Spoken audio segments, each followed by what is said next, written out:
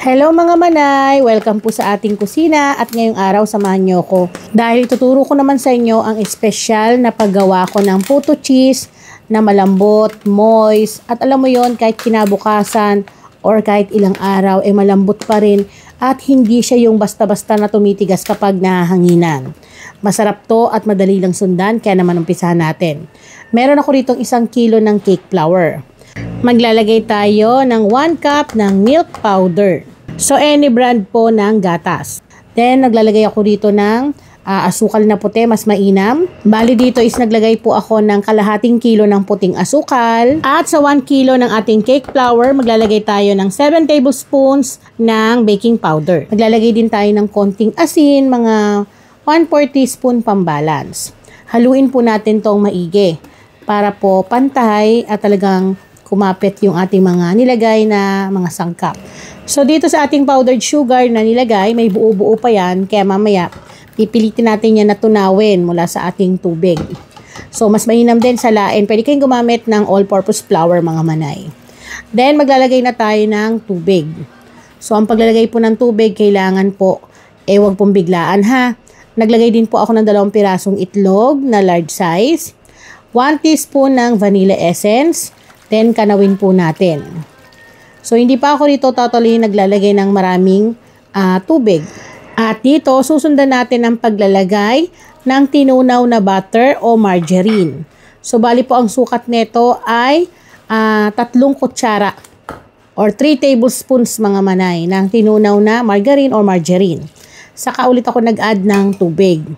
So, yung total ng tubig natin at ng mga sangkap natin, lumalabas naman po sa ating screen. At para makuha po yung kompletong sangkap, pwede nyo po yan i-check sa aking description box sa baba para po makuha ninyo ng tama. Ngayon, kung magtatanong kayo, manay, pwede ba yung nabibili sa palengke na harina? Yes, pwede po yun. So, kalimitan po yung mga nabibili sa palengke is yung 3rd class na harina. So, pwede naman yan mga manay, kaso nga lang hindi siya ganun kaputi. So, mas mainam po talaga na cake flour o all-purpose flour. So, nag-add pa ako rito ng additional na tubig. So, hindi ko siya nilalagay lahat kasi para po matunaw ko ng maigi at dahil ngayon nakikita nyo, yung mga lumulutang na buo-buo na yan, ayan po yung ating powdered milk. So, kailangan ko yan tunawin maigi. So, para maiwasan nyo yan, gawin nyo sa laing nyo na lang, durugin nyo kasi kalimitan, di ba yung mga gatas, nagbubuo-buo lalo na pag nahanginan kasi nakasukat na yan kanina. So, pwede nyo naman pong gumamit ng mga iba't ibang brand. Then, once na okay na, kapag nasala nyo na, mas mainam salain nyo mga manay para talagang tunaw na tunaw. Ganito yung kanyang texture. Hindi kalabnawan, hindi rin kalaputan, kailangan saktong-sakto lang. So, dito gumagamit po ako ng large size na puto molder. So, eto mga manay, nag-garage ako nito dahil sobrang dami ko nito na ginagamit. So, ang ganda nito mga manay sa mga nakabili niyan kasi hindi mo na to kailangan i-grease ng oil kasi hindi po talaga didikit dito yung inyong puto kapag luto na. Basta tama po talaga sa pagkakaluto. Kasi minsan may nakikita po ako na nagpo-post na bakit daw dumikit yung kanilang puto kasi kulang pa sa steaming or pagluluto.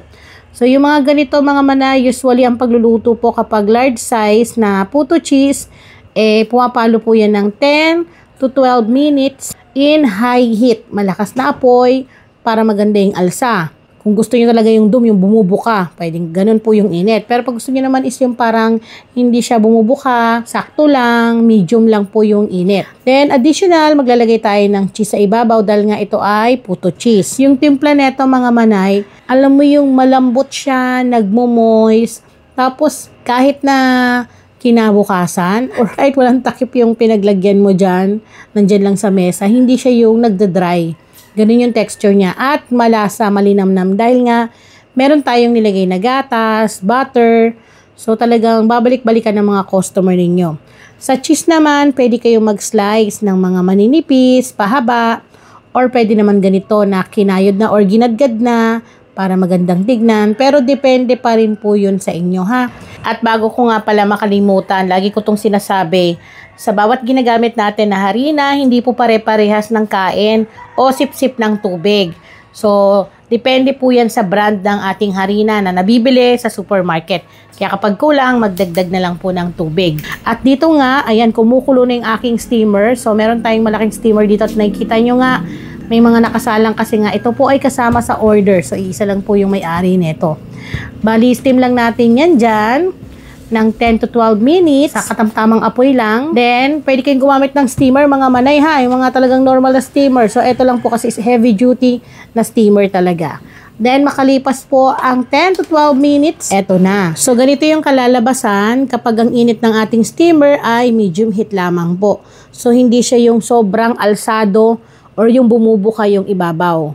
Ganyan lang, umbok lang siya. Napakalambot po nito at habang ini-steam mo, amoy mo na talaga yung kanyang aroma. So, nilalagay ko siya sa ganitong clamshell at sa size nito mga manay, sa 1 kilo, makakagawa tayo ng mga 80 to 85 pieces na large na puto cheese. So, pwede siyang ilagay sa ganyan. Kada isang lagayan is 25 pieces ang laman. So, pwede nyo itong panghanap buhay mga manay, lalo na ngayon sa mga gustong kumita. Dahil una, madali lang siyang sundan. Simple lang yung mga sangkap na ating kailangan, kaya pwede nyo pong pagkakitaan. So, ayun lang. Maraming salamat po.